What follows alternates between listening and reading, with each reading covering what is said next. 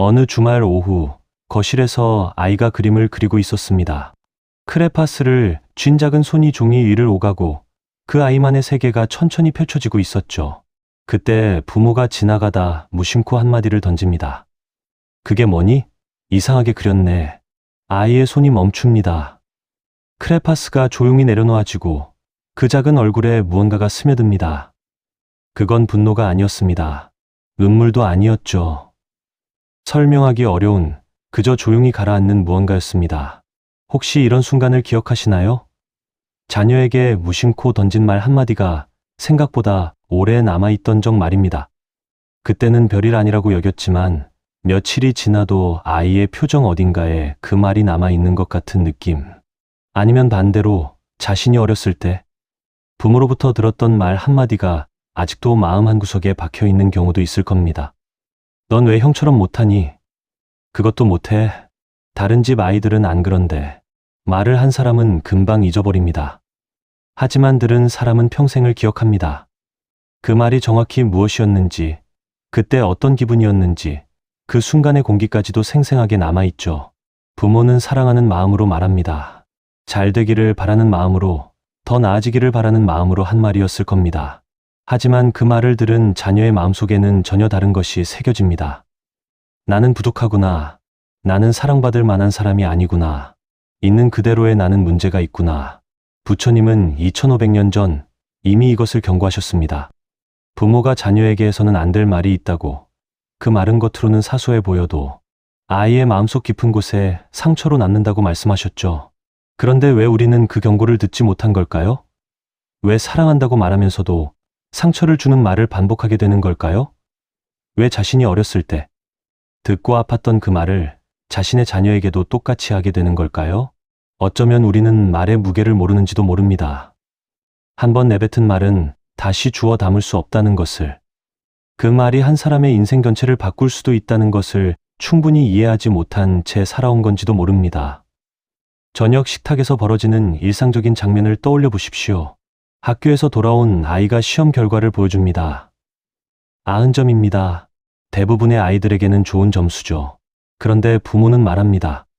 수학은 왜 틀렸어? 다음엔 100점 받아야지. 아이는 고개를 숙입니다. 90점의 기쁨은 사라지고 10점의 부족함만 남습니다. 그날 밤 아이는 생각합니다. 아무리 잘해도 부족하구나. 완벽해야만 인정받는구나. 이런 장면이 한두 번이라면 괜찮을지도 모릅니다. 하지만 반복되면 패턴이 됩니다. 그리고 그 패턴은 아이의 내면 깊숙이 자리 잡아 성인이 된 후에도 계속해서 작동합니다. 오늘 우리는 부처님께서 경고하신 그 말의 정체를 천천히 들여다보려 합니다. 왜 어떤 말은 자녀의 마음을 평생 멍들게 하는지, 왜 사랑이라는 이름으로 행해진 말들이 오히려 가장 깊은 상처가 되는지를 말입니다. 그리고 어쩌면 이 이야기를 끝까지 들으신 후에는 자녀를 대하는 방식이, 아니 자기 자신을 대하는 방식까지도 조금은 달라질지 모릅니다. 말이 상처가 된다는 것은 무슨 의미일까요? 물리적 상처는 눈에 보입니다. 피가 나고 멍이 들고 시간이 지나면 아물죠.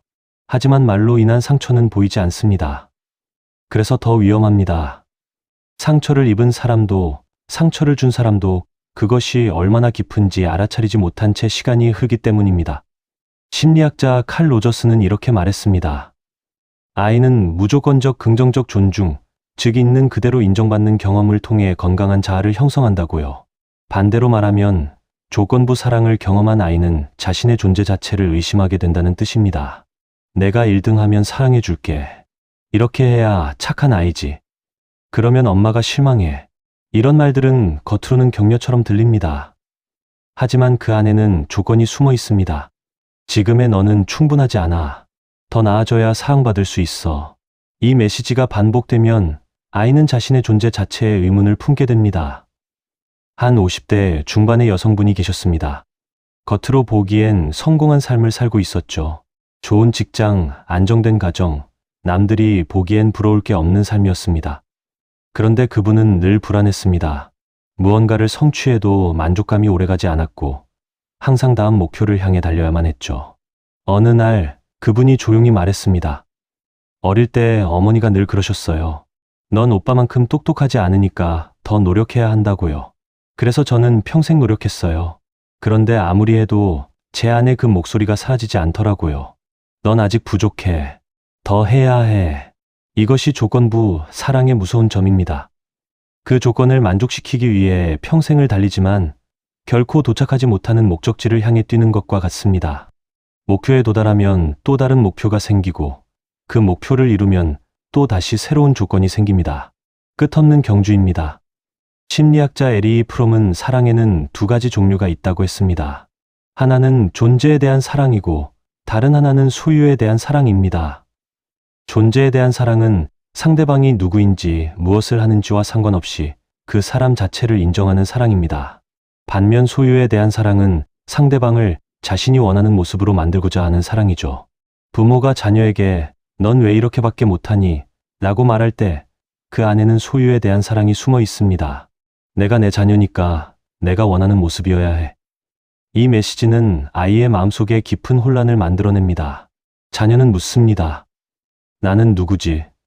부모가 원하는 내가 진짜 나인가?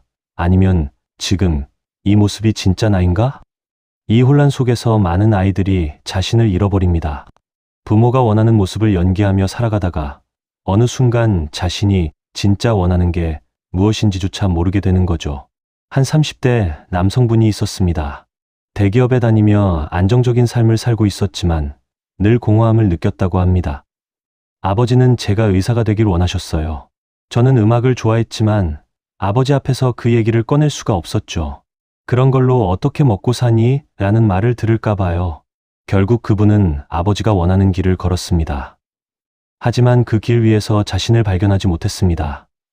남들이 보기엔 성공한 삶이었지만 본인은 늘 다른 사람의 인생을 사는 것 같았다고 합니다. 출근길 지하철에서 퇴근 후 혼자 있는 시간에 문득문득 이런 생각이 들었다고 하더군요. 이게 내가 원했던 삶인가? 이것이 부모의 말이 만들어내는 심리적 구조입니다. 겉으로는 격려와 기대의 말처럼 보이지만 그 안에는 지금의 너는 충분하지 않다는 메시지가 담겨 있고 그 메시지는 자녀의 자존감을 서서히 무너뜨립니다. 칼 융은 이렇게 말했습니다. 우리가 의식적으로 인식하지 못한 것들은 무의식 속에 쌓여서 나중에는 우리의 운명이 된다고요. 부모로부터 들은 부정적인 말들은 무의식 속에 깊이 자리 잡습니다.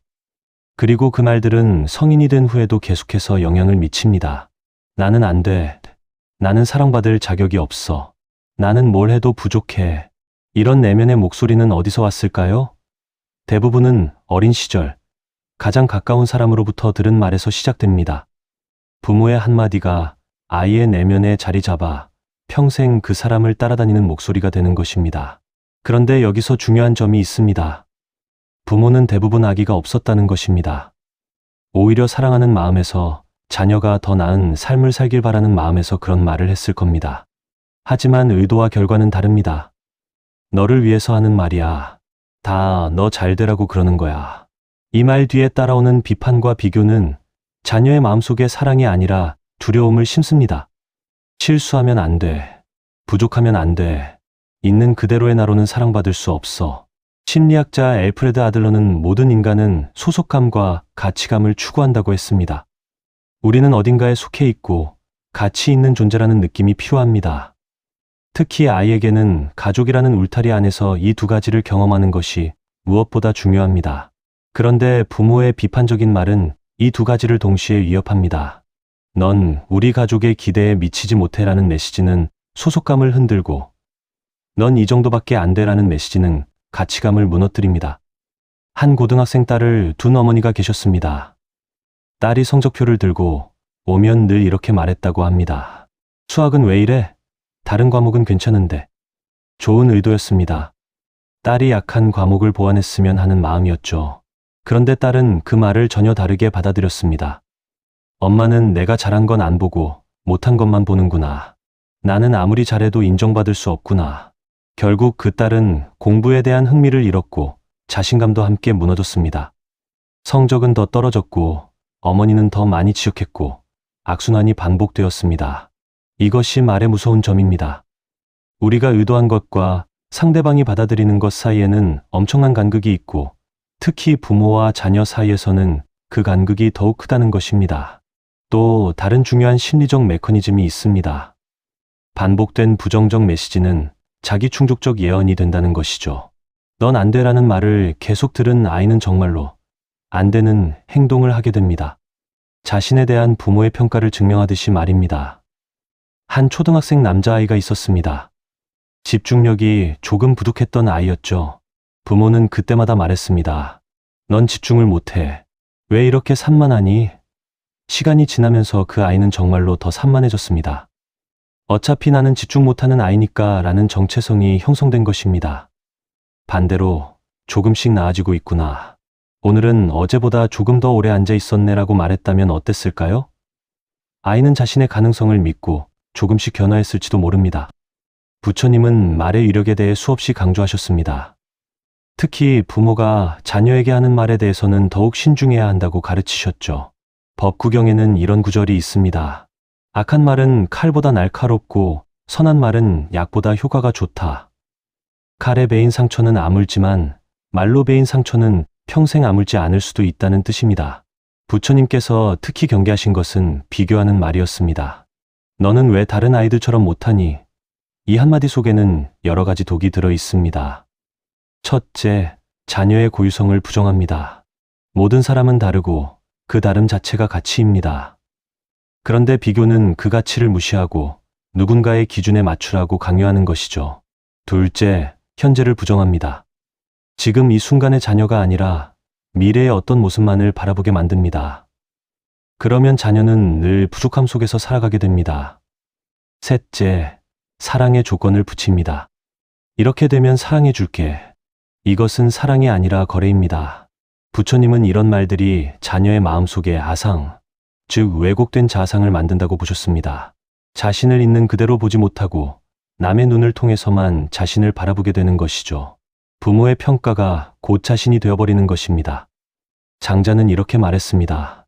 큰 돈은 이름이 없고 큰 논변은 말이 없다. 진정으로 중요한 것은 말로 표현되지 않는다는 뜻입니다. 부모의 사랑도 마찬가지입니다.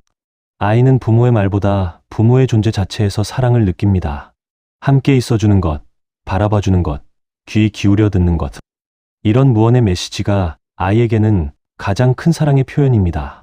그런데 우리는 자꾸 말로 표현하려 합니다.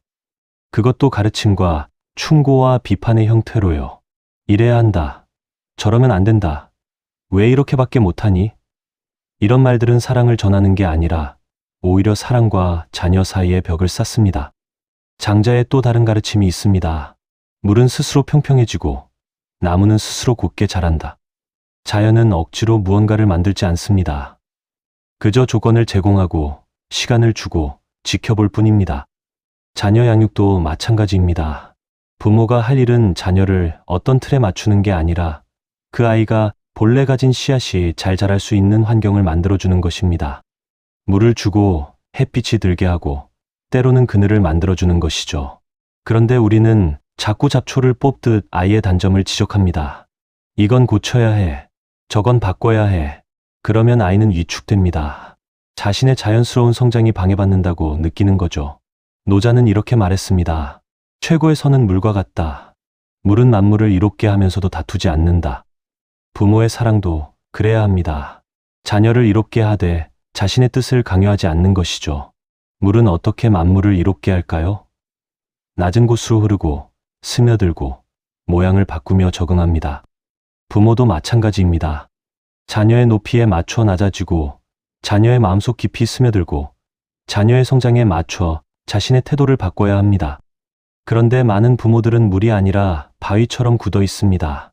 이게 옳다. 내가 따라야 한다. 바위는 단단하지만 생명을 키우지 못합니다. 오히려 생명의 흐름을 막습니다. 쇼펜하우어는 인간의 고통은 욕망에서 온다고 했습니다. 자녀에 대한 부모의 기대도 일종의 욕망입니다. 내 자녀는 이렇게 되어야 해. 이 욕망이 충족되지 않으면 부모는 고통스럽고 그 고통을 자녀에게 전가합니다. 넌 왜 내 기대에 못 미치니? 다른 집 아이는 다 하는데 왜 너만 못하니? 이런 말들은 사실 부모 자신의 욕망이 좌절된 데서 나오는 것입니다. 자녀를 위한 말이 아니라 부모 자신의 불안과 불만을 표현하는 말인 거죠. 쇼펜하우어는 이렇게 덧붙입니다. 우리는 타인을 있는 그대로 보지 못한다. 우리 자신의 욕망의 렌즈를 통해 본다. 부모가 자녀를 볼 때도 마찬가지입니다. 자녀 그 자체가 아니라 부모가 원하는 모습의 렌즈를 통해 보는 것이죠. 그래서 자녀가 성적표를 가져오면 그 안에 담긴 노력과 성장은 보지 못하고 숫자만 봅니다. 자녀가 그림을 그려오면 그 안에 담긴 창의성과 감성은 보지 못하고 완성도만 봅니다. 불교에는 무아우어라는 개념이 있습니다. 고정된 자아란 없다는 뜻입니다. 모든 것은 변하고 관계 속에서 존재하며 조건에 따라 달라집니다. 자녀도 마찬가지입니다. 자녀는 부모가 정해놓은 틀 안에 갇힌 존재가 아니라 끊임없이 변하고 성장하는 존재입니다. 오늘의 모습이 내일의 모습이 아니고 지금 부족해 보이는 것도 시간이 지나면 변할 수 있습니다. 그런데 부모의 부정적인 말은 자녀를 어떤 틀 안에 가둡니다. 넌 원래 이래. 넌 항상 그랬어. 이런 말은 자녀에게 고정된 정체성을 부여하고 변화의 가능성을 차단합니다. 한 60대 아버지가 계셨습니다. 아들이 어렸을 때부터 넌 소심해라고 말했다고 합니다. 그냥 조심스러운 성격이었을 뿐인데 아버지는 그것을 소심함이라고 규정했죠. 그 말은 아들의 정체성이 되었습니다. 아들은 자신을 소심한 사람으로 여기며 자랐고 새로운 도전 앞에서 늘 주저했습니다. 난 소심하니까 안 돼. 아버지의 말 한마디가 아들의 가능성을 제한해버린 것입니다. 취업 면접에서도 연애 관계에서도 늘 그 말이 발목을 잡았다고 합니다. 부처님은 어비에 대해 말씀하셨습니다. 우리의 말과 행동은 씨앗이 되어 결과를 맺는다고요. 부모가 자녀에게 하는 말도 씨앗입니다. 부정적인 말은 부정적인 결과를, 긍정적인 말은 긍정적인 결과를 낳습니다. 하지만 여기서 중요한 것은 긍정적인 말이라는 게 무조건 칭찬을 뜻하는 건 아니라는 것입니다. 잘했어. 최고야. 같은 말을 남발하는 것도 문제가 될 수 있습니다. 진정한 긍정은 자녀를 있는 그대로 인정하는 데서 나옵니다. 내가 노력하는 모습이 보여. 실수해도 괜찮아. 다시 해보면 돼. 내 생각은 어때? 이런 말들은 자녀에게 안정감을 줍니다. 결과가 아니라 과정을, 완벽함이 아니라 시도 자체를 인정받는다는 느낌을 주는 거죠. 니체는 이렇게 말했습니다. 나무가 하늘 높이 자라려면 뿌리가 지옥까지 내려가야 한다. 인간의 성장도 마찬가지입니다. 깊은 뿌리, 즉 안정된 자존감과 자기 인정이 있어야 높이 성장할 수 있습니다. 부모의 긍정적인 말은 그 뿌리를 만들어줍니다. 너는 소중해. 너는 충분해. 내가 있어서 좋아 같은 말들은 아이의 내면 깊은 곳에 뿌리를 내립니다. 그리고 그 뿌리는 평생 그 사람을 지탱하는 힘이 됩니다. 반대로 부정적인 말은 뿌리를 자릅니다. 아무리 높이 자라려 해도 뿌리가 없으면 쉽게 쓰러집니다. 외적 성공을 이루어도 내적으로는 늘 불안하고 공허한 사람들이 있습니다. 그들의 뿌리를 살펴보면 어린 시절 충분한 인정을 받지 못한 경우가 많습니다. 그렇다면 부모는 어떻게 해야 할까요? 완벽한 말만 해야 할까요? 실수하지 않아야 할까요? 아닙니다. 그것은 불가능합니다. 우리는 모두 불완전한 인간이고, 때로는 화가 나고, 때로는 지치고, 때로는 자녀에게 기대가 크기 마련입니다. 완벽한 부모가 되려고 애쓰는 것 자체가 또 다른 집착일 수 있습니다. 중요한 것은 완벽함이 아니라 자각입니다. 내가 지금 자녀에게 어떤 말을 하고 있는지, 이 말이 어떤 영향을 미칠 수 있는지를 인식하는 것이죠. 한 어머니가 있었습니다. 딸에게 늘 넌 예쁘지 않으니까 공부라도 열심히 해야 해라고 말했다고 합니다. 사랑하는 마음에서 딸이 외모가 아닌 다른 것으로 경쟁력을 갖추길 바라는 마음에서 한 말이었죠. 그런데 어느 날 성인이 된 딸이 섭식장애로 고생하는 모습을 보며 그 어머니는 깨달았습니다. 자신의 말이 딸에게 너는 예쁘지 않다는 메시지로 각인되었다는 것을요. 그리고 그 메시지가 딸의 자존감을 평생 갉아먹고 있었다는 것을 말입니다. 그 어머니는 딸에게 사과했습니다. 엄마가 잘못 생각했어. 내가 어떤 모습이든 넌 충분히 사랑받을 자격이 있어. 그 사과가 모든 상처를 치유하진 못했지만 적어도 회복의 시작이 되었습니다. 자각은 이렇게 시작됩니다. 내가 한 말을 돌아보고 그 말이 어떤 영향을 미쳤는지 생각해보는 것이죠. 그리고 잘못을 인정하고 새로운 방식을 시도하는 것입니다. 장자는 이렇게 말했습니다. 진이는 물을 건너도 젖지 않고 불에 들어가도 뜨겁지 않다. 진짜 사람, 즉 깨달은 사람은 어떤 상황에도 흔들리지 않는다는 뜻입니다. 부모도 마찬가지입니다. 자녀의 성적이 떨어졌다고 해서, 자녀가 기대에 못 미친다고 해서 흔들리지 않는 것. 그것이 진정한 사랑입니다. 하지만 이것은 무관심을 뜻하는 게 아닙니다.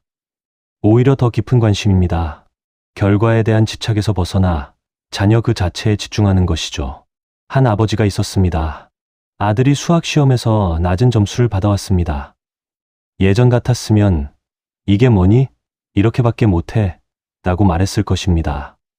하지만 이번엔 달랐습니다. 아버지는 아들을 바라보며 물었습니다. 시험 보면서 어땠어? 힘들었니? 아들이 고개를 끄덕였습니다. 어려웠어요. 준비는 했는데 문제가 생각보다 어려웠어요. 아버지는 말했습니다. 그랬구나. 다음엔 어떻게 하면 좋을 것 같아. 아들이 생각에 잠겼습니다. 그리고 천천히 말했습니다. 선생님께 질문을 좀 더 해봐야 할 것 같아요. 아버지는 고개를 끄덕였습니다. 좋은 생각이야. 아빠가 도와줄 게 있으면 언제든 말해. 그게 전부였습니다. 비난도, 비교도, 실망의 표현도 없었습니다. 그날 이후 아들의 태도가 조금씩 변했습니다. 공부를 아버지의 기대를 충족시키기 위한 것이 아니라 자신의 성장을 위한 것으로 받아들이기 시작한 것입니다. 이것이 거리입니다. 자녀의 성과와 부모 자신의 감정 사이에 거리를 두는 것이죠. 자녀의 성공이 내 성공이 아니고 자녀의 실패가 내 실패가 아니라는 것을 받아들이는 것입니다. 노자는 이렇게 말했습니다. 성인은 일을 하되 기대하지 않고 이루어도 머물지 않는다.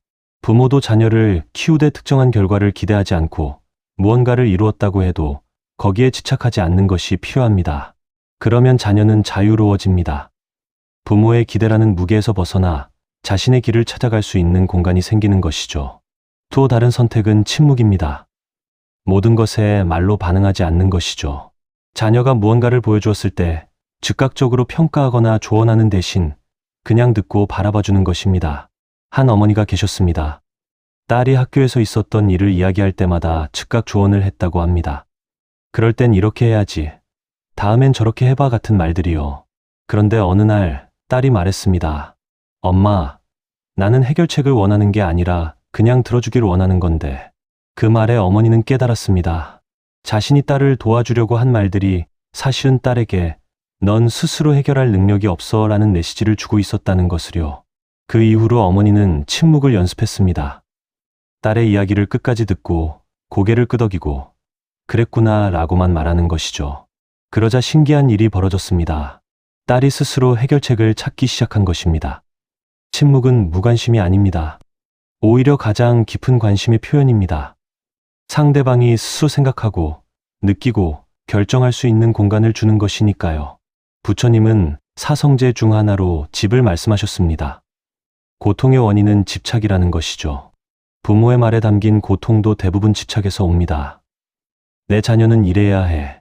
내 자녀는 이렇게 되어야 해. 이 집착이 강할수록 자녀와의 관계는 긴장되고 자녀는 숨 쉴 공간을 잃어버립니다. 반대로 집착을 내려놓으면 관계가 편안해집니다. 자녀가 어떤 모습이든 어떤 길을 가든 그 자체로 괜찮다고 받아들이는 것이죠. 한 아버지가 아들에게 말했습니다. 내가 의사가 되든 화가가 되든 아빠한테는 중요하지 않아. 내가 행복하면 그걸로 충분해. 그 말을 들은 아들은 울었다고 합니다. 평생 처음으로 자신의 선택이 인정받는다는 느낌을 받았기 때문입니다. 경계를 설정하는 것도 중요합니다. 자녀의 문제와 부모 자신의 문제를 구분하는 것이죠. 자녀가 숙제를 안 했다면 그것은 자녀의 문제입니다. 부모가 불안해하고 화를 내고 대신 해결해 주려는 것은 경계를 넘는 것입니다. 한 어머니가 있었습니다. 아들이 숙제를 자주 안 했고 그때마다 어머니가 야단을 쳤습니다. 하지만 상황은 나아지지 않았죠. 오히려 아들은 더 반항적이 되었습니다. 그러던 어느 날 어머니는 태도를 바꿨습니다. 숙제는 내일이야. 안 하면 선생님께 혼날 거고 그 결과도 내가 받는 거야. 엄마는 내가 필요하다고 하면 도와줄게. 그렇게 말하고는 더 이상 숙제에 대해 언급하지 않았습니다. 처음엔 아들이 정말 숙제를 안 했습니다. 선생님께 혼났고 친구들 앞에서 창피를 당했죠. 하지만 그 경험을 통해 아들은 배웠습니다. 자신의 선택이 자신의 결과를 만든다는 것을요. 그 이후로 조금씩 스스로 숙제를 챙기기 시작했습니다. 이것이 신뢰입니다. 자녀가 실수할 수 있다는 것을, 그 실수를 통해 배울 수 있다는 것을 믿는 것이죠. 부모가 모든 것을 통제하려 하면 자녀는 스스로 배울 기회를 잃어버립니다. 부처님이 경고하신 부모가 절대 해선 안 될 말의 핵심은 무엇이었을까요? 그것은 특정한 단어나 문장이 아니었습니다. 자녀를 있는 그대로 인정하지 않고 부모의 욕망과 기대의 렌즈를 통해 바라보게 만드는 모든 말이었습니다. 넌 왜 그 모양이니? 다른 아이들은 다 하는데 이것도 못해? 이런 말들은 자녀에게 이렇게 속삭입니다. 지금의 너는 충분하지 않아. 있는 그대로의 너로는 사랑받을 수 없어. 그리고 그 속삭임은 평생 자녀의 마음속에 남습니다. 그렇다고 해서 부모가 완벽해져야 한다는 뜻은 아닙니다.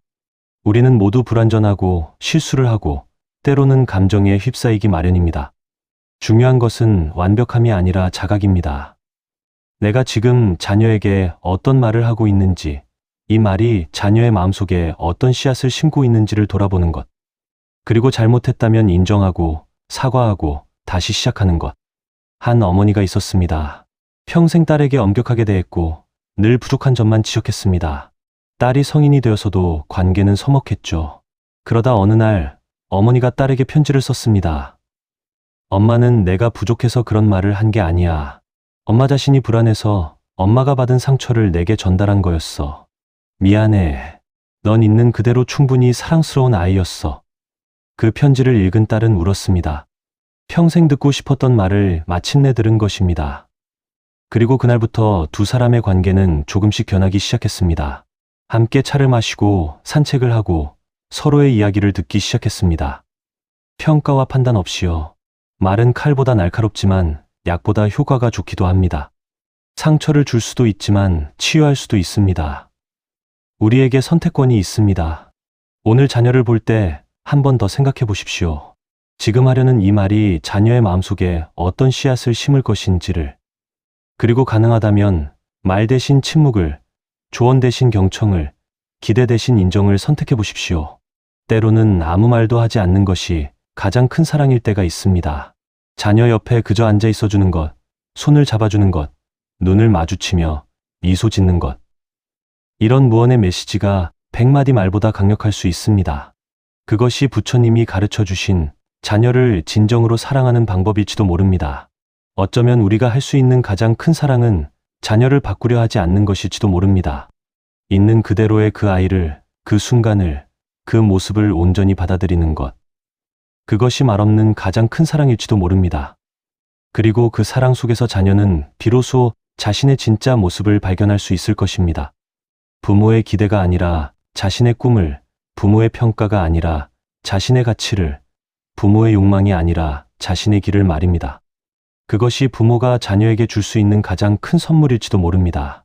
자유롭게 성장할 수 있는 공간, 실수할 수 있는 안전함, 있는 그대로 사랑받는다는 확신. 이 세 가지가 있다면 자녀는 어떤 어려움 속에서도 자신의 길을 찾아갈 수 있을 것입니다. 우리는 모두 누군가의 자녀였고 또 누군가의 부모입니다. 그래서 말의 무게를 완전히 피할 수는 없습니다. 하지만 오늘 이 영상을 통해 내가 했던 말 하나, 들었던 말 하나를 조금 더 깊이 돌아볼 수 있다면 그것만으로도 이미 변화는 시작된 것입니다. 지금부터라도 상처를 남기는 말이 아니라 힘이 되는 말을 선택할 수 있습니다. 자녀에게, 그리고 무엇보다 스스로에게도. 끝까지 함께 해주셔서 감사합니다. 당신의 마음과 가족의 평화에 작은 도움이 되었기를 바랍니다.